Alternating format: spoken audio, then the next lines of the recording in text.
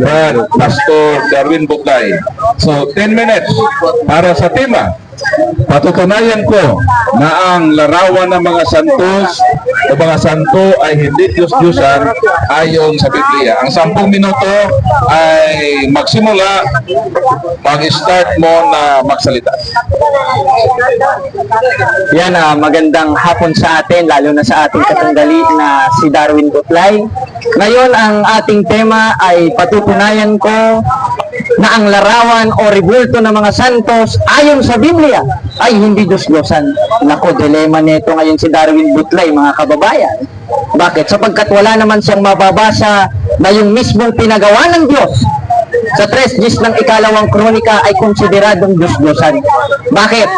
Dahil sa Biblia, uunahin na natin at ibabato natin mamaya sa ating pangalawang stand, hindi naman lahat ng larawan ay konsideradong Diyos-Diyosan sapagkat sa Biblia, dalawa ang klase ng rebulto.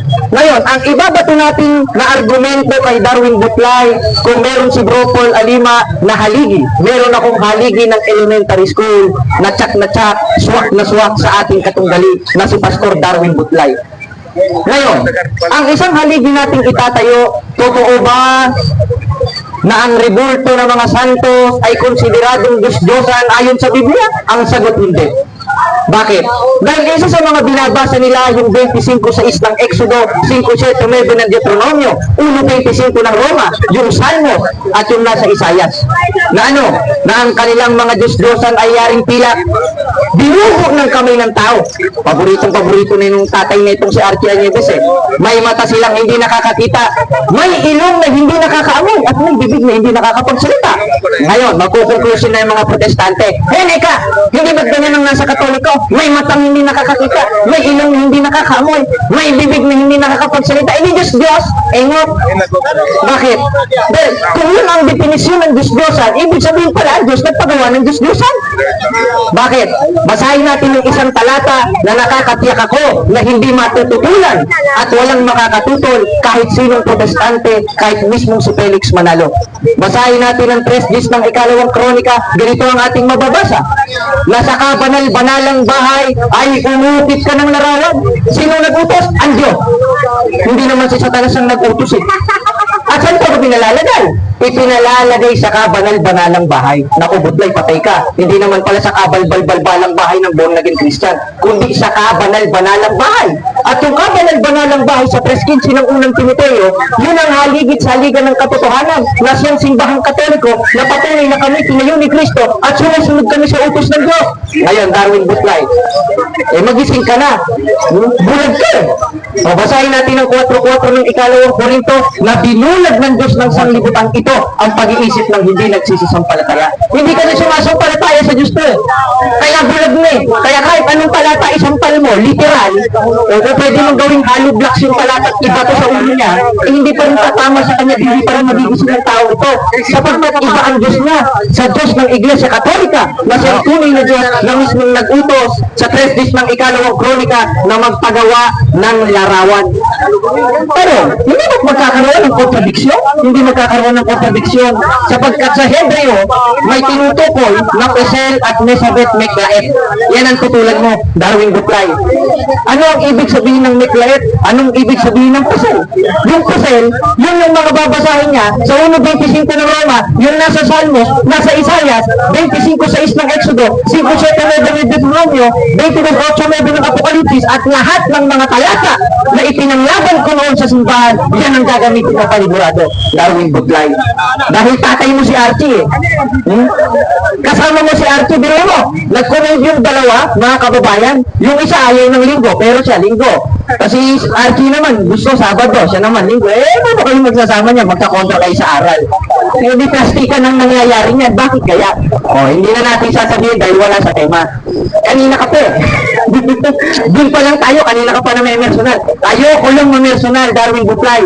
Dahil kung personal lang ang laban, marami na akong personal sa iyo. Unang diskusyon pa lang natin sa Russia TV. Kaya mga kababayan, tignan natin kung matututulan ni Mr. Darwin Butlay ang haligi ng elementary school na ito na ibabato natin sa kanya. At isang talata lang, yung 3 Gs ng ikalawang kronika. At yung ibang mga talata na binasa natin, yun yung mga talatang ginagamit nila na in Hebrew ay mga Diyos-Diyosan. At kahit kailan, hindi naman konsideradong si San Antonio de Padua Diyos-Diyosan. Sapagkat wala naman tayong aral lang sinasamba natin si San Antonio de Padua. Wala tayong aral na sinasamba natin si San Miguel Arcangel. May aral ba tayo na mga kapatid? Pwede naman maratang lang ito chismoso. Eh kumbaga sa babae, masama ang tabas ng bunganga, ano, mga kababayan? Eh kaya hindi na ako magtataka, kamangmangan ang ipinangangaral ni Darwin Butlay ayon sa 24:9 ng Kawikaan at yun ang kasalanan. Basahin natin ang pag-iisip ng kamangmangan kasalanan at isa sa uri ng pag-iisip ng kamangmangan, yung itaratang mo sa amin na yung larawan ng mga santos na mismo ang Diyos ay nag-utos, ayun ay Diyos-Diyosan. Lalabas no, hindi ako kalaban mo, ang Diyos mismo kalaban mo, Darwin Butlay. Ano? Kaya meron pa tayong 4 minutes, i-wave na natin, i-cycle na kung tanong ni Darwin Butlay. Sige, moderator, i-wave na natin ito at kailangan talatang ibabato natin sa ngayon. Puro masako. Ito mantanan. Try pa doon sa programa. Maraming salamat, Brad Charid, sa iyong panahon na kung saan ay pinatunayan mo ang paksa na pinag-usapan ninyo ni Pastor Butlay. So ngayon ay ang cross-examination period, Mr. Timekeeper, pakisit ng 10 minutes. So, nandiyan na? Nakasit na, Kadaro? So ang ating cross-examination ay 10 minutes. Pag-start ng iyong unang tanong ay mag-start din ang ating orasan. So ready na, Timekeeper? Ready na, Pastor Butlay? Ready na ba, Jared? So atin nang simulan ang 10 minuto na pagtatanong, Mr. Butlay. Okay, unang tanong, Jared. Tanong, yung turo mo ay patutunayan mo na ang rebulto ng Katoliko ay hindi Diyos-Diyosan. Inubagyabang kita matudaan, yes o no? Patunayan mo ba rin, yes o no? Yes, sapagkat Diyos ang nag-utos nun, ano ka ba naman, no? Sa 3 Gs ng ikalawang kronika, saka banal-banalang bahay, banal. Ano may ibig sabihin ng banal? Santos, ay umukit ka ng banal na larawan. Pag sinabing banal na larawan, santos na larawan. Kami lang naman meron yan, kasi sa iyo si Archie Añedos eh. Ano? Kaya next question, pinapan mo naman, Darwin Butlay. Buruin mo. Next question. Ayon po dito sa Biblia mo. Tanong na, tanong. Objection mo, Director. Release to brother. Sabi dito, Levitico chapter 26 verse 1. Huwag kayong gagawa para sa inyo ng mga Diyos-Diyosan. Ito tanong, kung magawa ba kayo ng rebulto, Diyos-Diyosan, yes or no? Sino mo? Mga kapatid, may aral ba tayong gumawa ng Diyos-Diyosan? Wala. Wala. Ang ginawa natin, napakalinaw. Dibain mo sa 3 Gs ng ikalawang kronika, sa kabanal-banalang bahay, ang Diyos mismo nagpaukit ng banal na larawan. Santos na larawan. Huwag mong ipaglapit yung banal at balbal. Eh parang pinagbibigit mo tayo yan. Pambihira ka naman. Next question naman, Darwin Butlay. Marami ba ng talata? Next question. Okay, next question. Pambihira ka naman. Sabi mo, hindi ka gumagawa kayo ng mga Diyos-Diyosan. Sabi dito, magpatayo kayo ng larawang inanyuan. Tanong, hindi ba kayo nagpatayo ng inanyuan ng larawang, yes or no? No. Bakit? Dahil yung subject of the sentence dyan in Hebrew, Pisel. Ano ko ba naman? Di mo ba alam yan, Darwin Butlay? Tingnan mo. Kala ko ba naman, nag-connect kayo ni Glenn Alado ng SDA eh. Tingnan mo argumento mo ha. Nagtayo kami, ang itinayo namin, hindi larawan ng mga Diyos-Diyosan. Sapagkat ang larawan ng mga santos sa 8:4 ng unang Korinto, larawan ng mga bagay na hindi totoo. Tanong, totoo ba si San Antonio? Hindi. Si Santa Maria, totoo ba? Hindi. Eh, ba't may rebulto? Pinagawa kasi sa 3 Gs ng ikalawang kronika na in Hebrew, Niklaet, feminine graven images gaya ni Santa Maria. Tingnan mo, baka merong Archie, hanapin mo dyan. Next question. Next question. Sabi mo, hindi tinatayo ang inyong mga larawan. Ito, tanong. Ang inyong mga larawan ba ay nakahiga? Yes or no? Meron ba? Yes! Yes! Yes, meron! Kaya nga meron tinatawag, La Muerte de San Jose. Meron mo wala? Meron. Ano ba ibig sabihin ng La Muerte? Pagkamatay ni Senyor San Jose. Ayaw mo kasi pumasok doon, napapasok ka eh. Pumasok ka doon para makita mo yung nakahiga. Ngayon, bakit meron? Dahil Diyos mismo ang nagpagawa sa 3 days ng ikalawang kronika. Gibain mo yan! Kanina pa oh! Sabi niya, yung nakahiga na inanyuan ay nakatayo na inanyuan ay larawan ng Diyos-Diyosan. Ito, sangayon ka ba sa versikulo na to nang ginawa ng inanyuan ay Diyos-Diyosan? Yes or no? Sangayon ako dyan, yes, pero sa interpretasyon mo, oo, huwag ka sasabaw. Tingnan mo, kala mo namang ano eh, naka 3 points, pero sala naman eh. Tama! Sangayon ako sa talata. Dahil ang subject of the sentence dyan, in Hebrew, pisel. Huwag mong ihambing yung pisel sa Meklaet at Mesabe na yung mismo ang Diyos ang nag-utos na ginagawa namin sa 3 days ng ikalawang kronika. Sabi ko sa iyo, Butlay, hindi mo magigibayan eh. Butlay mo naman. Next question. Okay, sabi mo, ang tanong ko kanina, yung bang pinatayo ay tinatawag na Diyos-Diyosan. Sabi mo, yes. Ngayon, ang tanong... Objection, moderator. Objection. Objection. Pagay na upan yung pangakama. Iniba niya na, moderator. Ano ang objection? Iniba niya na yung tanong ginawa ng Diyos-Diyosan. Sabi ko, sang-ayon ako sa talata. Pero wag mong ihambing na yan ay larawan ng Iglesia Katolika. Sapagkat sa Biblia, dalawa ang klase ng larawan. Tingnan mo, tricky. Talagang totoo yung sinasabi ng Biblia eh. Na sila yung mga ministro ni Satanas, nagsisinungaling, nakubutlay, huli ka na. So, revise your question, Mr. Butlay. Okay, sunod na tanong. Ang tanong ko kanina, huwag kayong gagawa para sa inyo ng Diyos-Diyosan. Ito, tinanong ko sa iyo una. Diyos-Diyosan ang sinasabi ko. Sabi mo, hindi. Ikalawa, may magtayo kayo ng larawan na inanyuan. Yung tanong ko ay premise po. Alam mo naman siguro yung... Tanong na. Makinig ka ba? Kasi sabi mo, Lucas chapter 2, makinig ka sa tanong. Pag hindi ka makinig, jablo ka. Okay, tanong. Pakinggan mo. Parang jablo ka talaga eh. Makinig ka bro. Position mo dito, hindi makinig. So, anong objection mo? So, Brad Jared, ang hiling ni Mr. Butlay na makinig sa tanong. Tapos Mr. Butlay, iwasan lang natin na tutukuyin natin na chablo ka. Kasi ano yun, hindi maganda yun. So, focus lang sa tanong. Tapos Brad Jared, please naman makinig para maganda po ang takbo ng ating dayo. Counter objection ako, moderator. Tanong na lang. Sige, tanong. Okay, ito tanong pakinggan mo. Sabi ng Lucas chapter 2 verse 40, pakinggan mo ang tanong. So, ito tanong ko. Ang tanong ko kanina, huwag kang gagawa para sa inyo ng mga Diyos-Diyosan. Ni magtayo ng mga larawang inanyuan. Ngayon, tinatanggap mo ngayon na ang pinatayo na ginagawa ng inanyuan ay Diyos-Diyosan. Ngayon, ang tanong ko ay, di mo na ba aaminin yun? Yes or no? Ba't ko naman aminin yun? Pabira ka naman, oh. Tinan mo, namamayatang na mga kababayan, mga kapatid. Wala naman ako sinabing Diyos-Diyosan yung larawan namin. Tama, nakatayo. Bakit? Dahil mismo ang Diyos ang nagpatayo sa 3 days ng ikalawang kronika. O, dadagdagan ko pa sa 6:29 ng unang hari. Ito, premise, moderator, ha. O, basahin mo yung 1:25 ng Roma, 5:7 ng Deuteronomio. Para may maitanong ka naman sa akin. Paulit-ulit ka eh. Next question. Okay. Panahon mo sa pagtapos. Sumasagot ako. O, nalagyan ko yung kodigo mo. Okay, next question.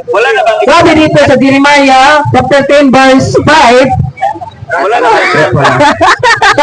sila'y gaya ng puno ng palma na binilog at hindi nagsasalita. Kinakailangan pansinin sapagkat hindi makalakad. Huwag ninyong katakutan ang mga yaon sapagkat hindi makagawa ang kasamaan niyo, wala rin magagawang mabuti. Ito tanong, pakinggan mo.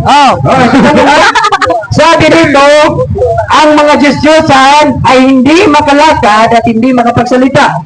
Yun bang mga revolta niyo makapagsalita at makalakad? Yes or no?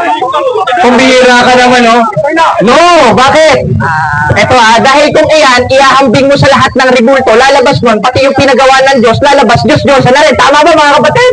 Tama, dahil sa Biblia, ang kulit mo naman eh. Meron tinatawag na Tesel at Mesabet Meklaet. Yung Meklaet, yung pinagawa ng Diyos sa 3 days ng ikalawang kronika na hindi mo mabasag-basag kahit ihampas sa ulo mo, na ang kahulugan ay feminine graven images and men graven images gaya ni San Pablo, San Jose, etc. at ni Santa Maria.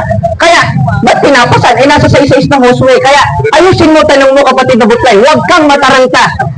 Ayusin mo, hirap-hirapan mo. Hindi pag grade 1. Okay, next question. Sabi mo kanina, sa tanong ko, yung Diyos-Diyosan nyo ba, hindi makapagsalita, hindi makapaglakad? Sabi mo, no. So, ibig sabihin ba, no, makapagsalita yung Diyos-Diyosan nyo? Yes or no?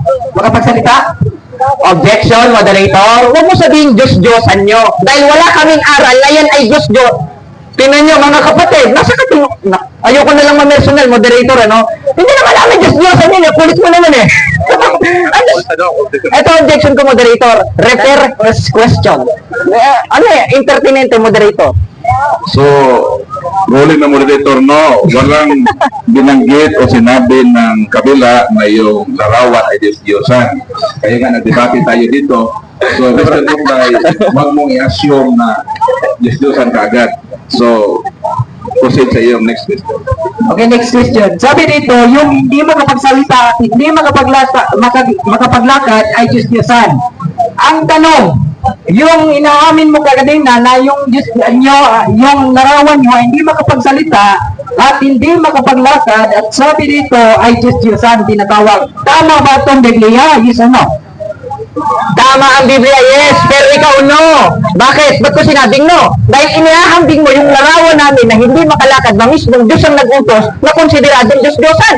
Ang kulit mo, Mr. Darwin Butlay, baka may tutuli ka sa tenga. Paulit-ulit tayo. 3 days ng ikalawang kronika, ang Diyos mismo naglulo at ang Diyos mismo nag-utos na sa kabanal-banalang bahay, umukit ka ng larawan. Tanong, pero hindi ako magtatanong ha. Tanong sa inyo mga kapatid, yung pinagawa ba ng Diyos, nakakalakad ba hindi? Ibig sabihin, Diyos-Diyosan pala yung pinagawa ng Diyos. Huwag ganon, Mr. Darwin Butlay. Dahil in Hebrew, Meklaet at Pesel ang tinutukoy. Time na. Okay, one last question. Time yon sa kanyang 1 minute answer. Pwede makatanaw. One last question. Ano pa naman na bro? 1 minute naman. Tanong na tanong. 1 minute. 1 minute lang. Sige lang, sa pangutana. Okay. Sunod lang ang pangutana. Lasa ang pangutana. Matod mo ganina kung pangutana. Magtagalog ka. Tagalog ka pala. Hindi ka pala hindi na kitaya. Sige, sorry. Sabi ko kanina, mahirapan tayo sa kalusad. Sunod lang ito. So, ito yung mga kapatid. Ang tanong ko kanina sa Jeremiah chapter 10 verse 5, na ang Diyos-Diyosan ay hindi makapaglakad at hindi makapagsalita. Sinabi mo, yes, na hindi makapagsalita ang inyong larawan. Ngayon, ang tanong, ang sabi ng Biblia, kapag hindi makapagsalita, kapag hindi makapaglakad ay Diyos-Diyosan. Yun ba ay kapareha din ang revolta niya sa Diyos-Diyosan ayon dito sa Biblia? Yes or no? No. Bakit? Dahil yung subject of the sentence sa binasa mo sa Levitico, ang kulit mo naman eh. In Hebrew, ang nakalagay, Pisel. Ang nasa amin, hindi nga nakakalakad, pero Diyos ang nag-utos sa Hebrew, Meklaet at Mesabe. 19:21 ng Isaias. Basahin mo 1:25 ng Roma ba? Para may maitanong ka naman. Ang hina mo eh. So, time out na. Ayan, okay ka na? Yes. Okay, nakapatay yata. Pinapatay mo eh. Ano ba naman? Ikaw eh. May sabi mo. Oo, patayin. Ngayon, pinag-aralan mo ba ang 25:6 ng Exodo gaya ng binasa mo kanina? Yes or no? Yes. Sagot lang. Ngayon, kung pinag-aralan mo sa Hebreo ng 25:6 ng Exodo, ano ang kahulugan ng Lot Taase, Mek, Apesel, at Elohim Akharim? Alam mo o hindi? At kung hindi, o sige, tanong na. Una-una, Tagalog yung tema natin. Bakit po Objection, moderator. Objection. Ito yung sagot. Objection, Huwag moderator. kang sa aking sagot. Pakinggan mo aking sagot. Ako naman, parang hindi mo alam debate. Objection! Objection! Objection. So, ano yung objection? Sabi niya kasi, ang objection ko, moderator, sagutin niya, alam niya ba o hindi. Kasi sabi niya, moderator, pinag-aralan niya. Kung pinag-aralan niya, kailangan, alam mo ba o hindi. Sagot lang, Butlay. Huwag ka maipit. So, sumagot ka na pinag-aralan mo, so obligado kang sagutin yung tanong niya sapagkat umamin ka na napag-aralan mo ang sisa sa iyo. Ang pinag-aralan ko Tagalog. Dahil Bisaya ako, pakinggan mo. Kaya kasi ang sabi ng Biblia, pag hindi ka makinig, diablo ka. Ayun ang Biblia. So ngayon mga kapatid, pinag-aralan ko talaga na ang ginawa ng inanyo na nasa langit ay isang Diyos-Diyosan. Eh huwag kang sumasamba ng patay na Diyos mo. Hindi yan makapagligtas sa iyo, panahon ng bagyo. Ay ikaw pa ligtasin. Ikaw pa yung namigtas ng yung Diyos. Diyos. Ulit ang tanong. Kung pinag-aralan mo ang 25:6 ng Exodo, ano ang kahulugan ng Elohim Ak, Harem at Los Taasemek Apesel sa wikang Hebreo na siyang orihinal na salin sa lumang tipan? Alam mo o hindi? Sagot lang, huwag ka maipit. Hindi kasi, hindi ko alam. Kasi Tagalog po ito. Wala namang topic dito ng Hebreo eh. Bakit? Hebreo ka ba? Nakahinti ka na po eh. Bisaya. Ngayon sa mga sunod pangutanan na naisip ba? Anong mahirap? Ngayong hindi mo alam, kinokontra mo ba ang sarili mo na kanina sabi mo pinag-aralan mo, ngayon hindi mo naman pala alam ang konteksto? Tanong, alam mo ba talaga o hindi? Alam ko talaga na ang sa Tagalog, pero sa Hebreo hindi ko alam. May tanong ako mamaya Hebreo sa iyo, huwag kang mag-ingat ka mamaya. Baka lupa pa ang mga kapatid. Pero ito lang, Tagalog lang, huwag kang mag-Hebreo kasi wala naman. Tagalog to, kita mo mga Tagalog eh. Sunod na tanong, ano ang kahulugan sa 25:6 ng Exodo ng salitang Pesel sa Hebreo? Alam mo o hindi? Hindi, sabi ko hindi. Paulit-ulit yung tanong mo, wala ka ng tanong? Wala na tanong kapatid. Nako naman. Sunod pang tanong kayo. Wala palang alam ito. Sunod na tanong. Sige. Ngayon, sunod na tanong. Ang lumabag ba sa 25:6 ng Exodo na huwag kang gagawa ng larawang inanyuan, maiimpyerno ba? Yes or no? Mainterno. Ikaw, mainterno ka. Revelation chapter 21 verse 8. Ang sumasamba ng mga larawan natin, Diyos-Diyosan na ipapuntang interno. Hindi mo alam, nasa init mo yan. Basahin ko muna. Huwag kang maghintay ka, kapatid. Ako naman eh. Magpunta ka ng interno, huwag ka magmadali. Magsama ka doon. Ito po, sabi dito sa Revelation chapter 21 verse 8. Ngunit sa mga duwag at sa mga hindi mananampalataya at sa mga kasuklam-suklam at sa mga mamamatay tao at sa mga mapakipatid at sa mga mangangaray at sa mga magsasamba ng Diyos-Diyosan pupunta ng interno. Naku, lagot ka. Next question. Ito premise, ano? Ayan. Ngayon, kung maiimpyerno ang lumabag sa 25:6 ng Exodo na huwag kang gagawa ng larawang inanyuan gaya ng larawang nasa itaas sa langit. Kita. Time. Ayan. Malinaw ba? Malinaw? Hello. Mic check. Yan. Okay na ba? Ayan. So, ito ang premise, moderator. Ngayon, kung maiimpyerno ang lalabag sa 25:6 ng Exodo na huwag kang gagawa ng larawang inanyuan na nasa itaas sa langit at ang Diyos ay nagpagawa sa 3 days ng ikalawang kronika ng larawang inanyuan gaya ng nasa itaas sa langit. Tanong, maiimpyerno ba ang Diyos? Yes or no? Hindi ang Diyos, ikaw may perno. Bakit may perno ang Diyos? Nasa langit ang Diyos. Hindi mo ba alam na ang Diyos nasa langit? Ayon po sa Isaiah 56 verse 1 to Isaiah 56 verse 1 to 2. Atong basahon. Isaiah 66 natin tayo. Isaiah chapter 66 verse 1 to 2. Ang Diyos ay nasa langit. Huwag na lang basahin. Assignment mo na lang yan. Sunod na tanong. Ngayon, sa mga talatang binasa mo at sa tema natin, meron ka bang nabasa sa mga talata mo na si Santa Mariang Birhen ay Diyos-Diyosan? Meron o wala? Kategorika. Meron. Bakit po? Si Maria nasa langit. Anong sabi ng Biblia? Huwag kayong gagawa ng inanyuan na nasa langit. Anong ginawa niyo? Gumawa kayo. Mga utulog talaga mga kapatid. Objection, moderator. Nagmumura na. Hindi naman sinasabi ko sa Jared yun. Hindi naman.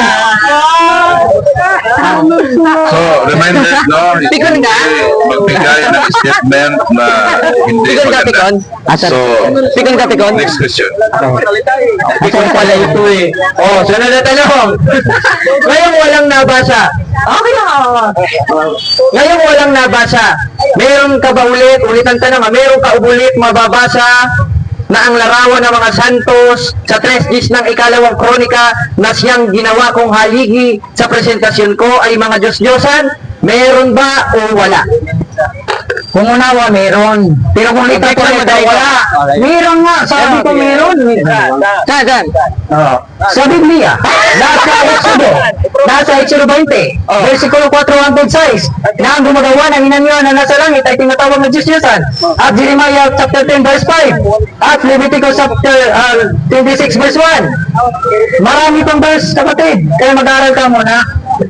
Okay, ngayon, kung ang gumagawa ng larawang inanyuhan ayon sa 25:6 ng Exodo ay may impyerno, sino ang inutusan ng Diyos na gumawa sa 3 Gs ng ikalawang kronika ng rebulto? Kilala mo, hindi?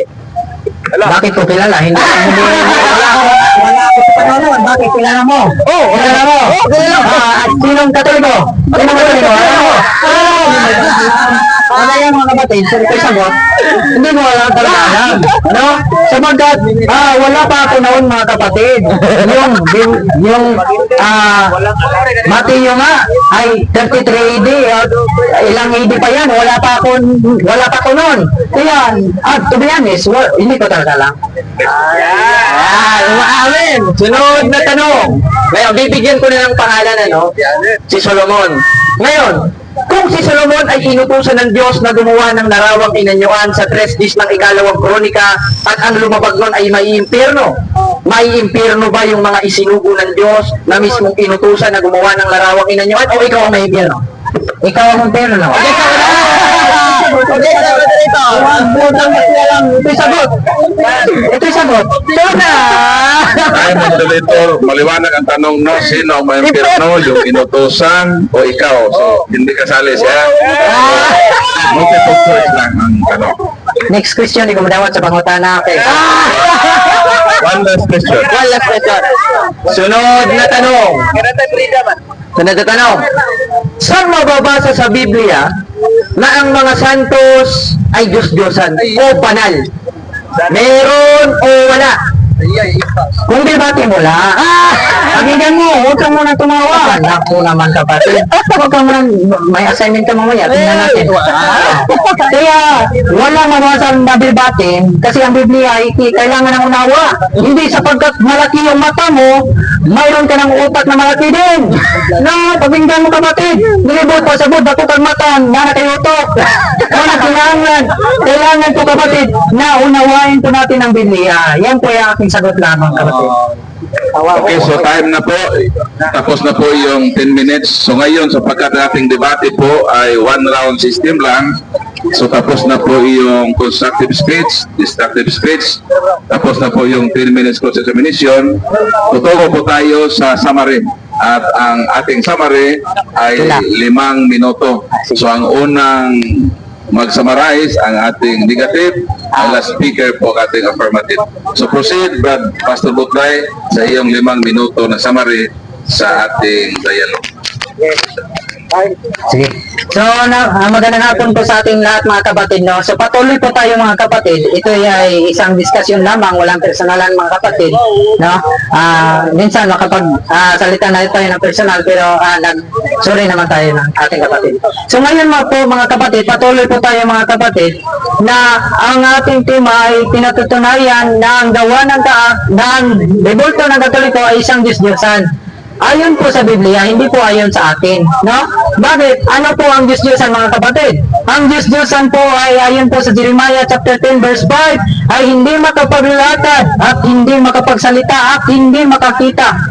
Tanong, makakita ba yung rebulto ng Katoliko? Makapaglatad ba ang rebulto ng Katoliko? Makapagsalita ba ang rebulto ng Katoliko? Hindi. Kaya po, tinatawag na larawan.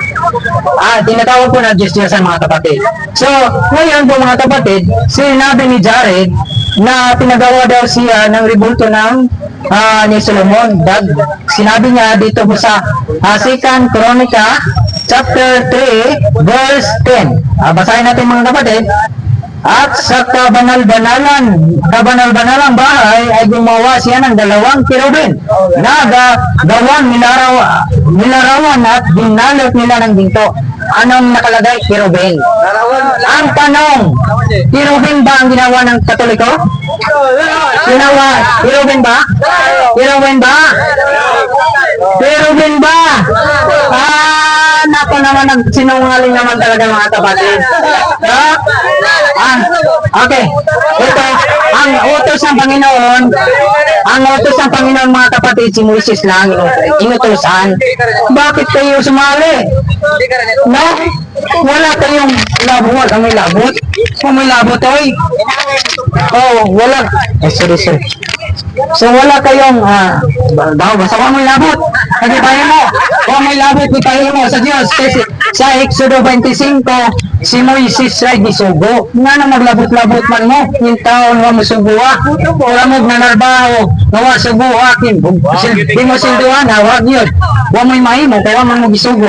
Mga igsoon, so, patuloy tayo mga kapatid, pag hindi kayo ang pinagawa, huwag kayong gagawa. Napakakapal naman mukha niyo mga kapatid. No? Hindi kayo inutosan, tapos kayo ang gumawa.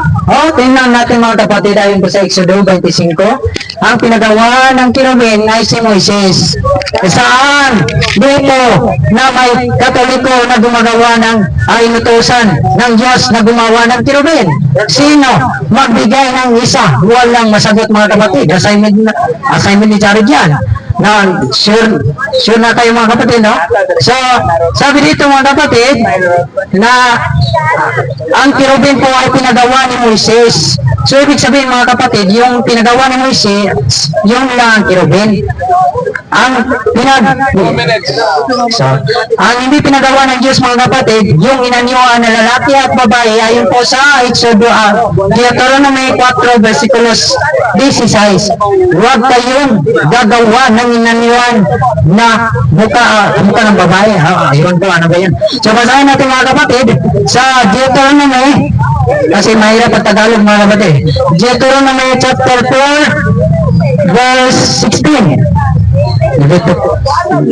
Deuteronomy, sabi doon mga kapatid na ang gumagawa ng inanyuan, babae at lalaki ay tinatawag na Diyos-Diyosan. So napakalinaw po mga kapatid, kahit sa ating commandments po mga kapatid, sabi ng Biblia, huwag kayong gagawa ng inanyuan na nasa langit. Ang tanong, si Maria, nasa impyerno ba? Nasa langit. Anong ginawa nyo? Ginawa nyo ng larawan. Pag sinabing huwag kayong gagawa ng inanyuan na nasa langit, bawal, huwag, mayroong baguwag na gawa nyo. Napakalinaw mga kapatid, sa Bisaya pa, ayaw pagbuhat ng larawan na tuwa sa langit, o Diyos-Diyosan. Itawan ng Diyos-Diyosan, igsoon. Mga igsoon, ang magbuhat ng larawan, sige lang diya sa Habakuk 2:18, mga buwang-buwang mga kaingala, mga batakon. So Habakuk 2 verse 18 hingga so on. So napakalinaw no, ng ginawa ng Katoliko po ay isa pong Diyos-Diyosan mga kapatid. Hindi po talaga totoong Diyos. So maraming salamat, Pastor Butlay, no, sa iyong 5 minutes na summary. So ngayon, ang last speaker ay ang affirmative at bigyan na naman ng 5 minuto na summary sa buong nangyari na dialogue. So, Brad Jared, proceed. Yan, Pastor Butlay, congratulations sa iyong pagkatalo.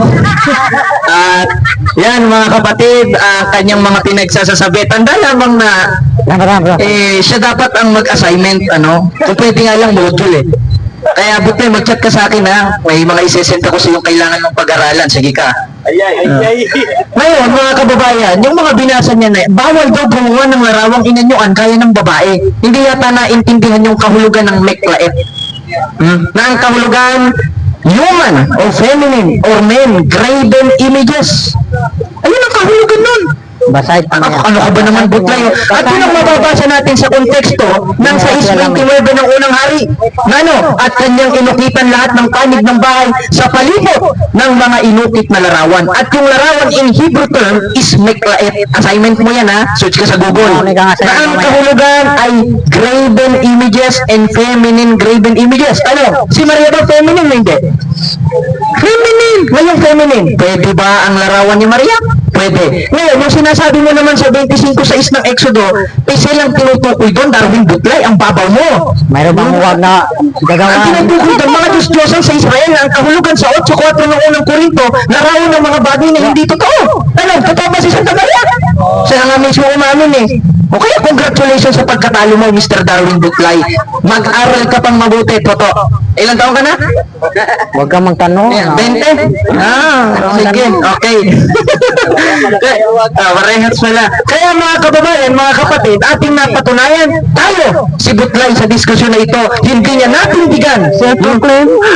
Kundi pagkus pinatotohanan niya pa sa pagbabasa niya ng mga sitas na ang larawan ng mga santo, mismo ang Diyos ang nagkudlit, Diyos mismo ang nagutos, gaya ng binasa niya, na inutos kay Moises, na ipinatuloy ng ating Panginoong Jesucristo sa 5:17 ng Mateo, na ako'y naparito hindi upang sirain ang kautusan, kundi upang ganapin. At isa dun sa kautusan, yung 6:29 ng unang hari, 3 ng ikalawang kronika, na mismong ang Diyos nag-utos na maglagay ka sa templo ng larawan. Ano? Yung templo ba ng born again may larawan? Wala. Inutusan ba sila? Wala. Butlay. Naku, butlog.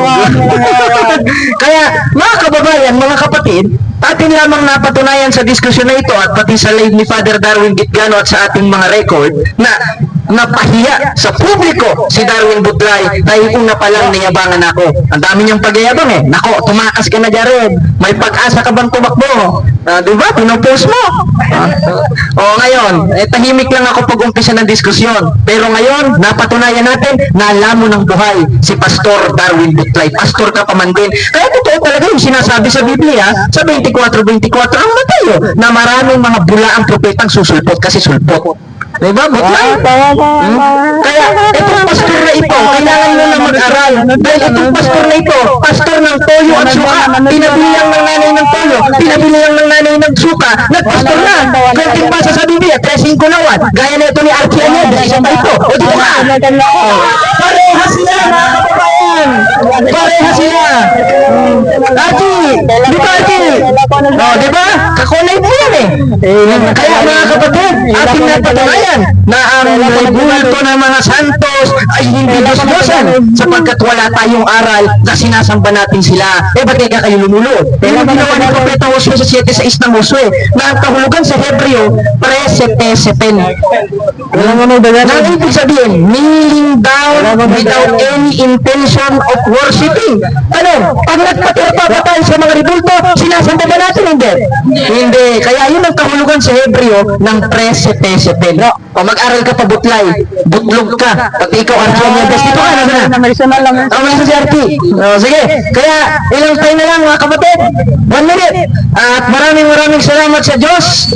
At nandito kami at nakapunta kami ng ligtas. At napatunayan lang natin na itong si Darwin Butlay, sinungaling na but-but ang mga sinasabi. 24:24 ng Mateo, 4:4 ng ikalawang Korinto. Sabi niya rin, 4:24 ang 1, ang Diyos sambahin sa Espiritu at katotohanan. Tama. Sumasamba ba tayo sa Espiritu at katotohanan? Hindi. Sumasamba. At yung definisyon ng katotohanan, sa 3:18 ng unang 1, huwag kang iibig ng salita, hindi naman, kundi ng gawat katotohanan.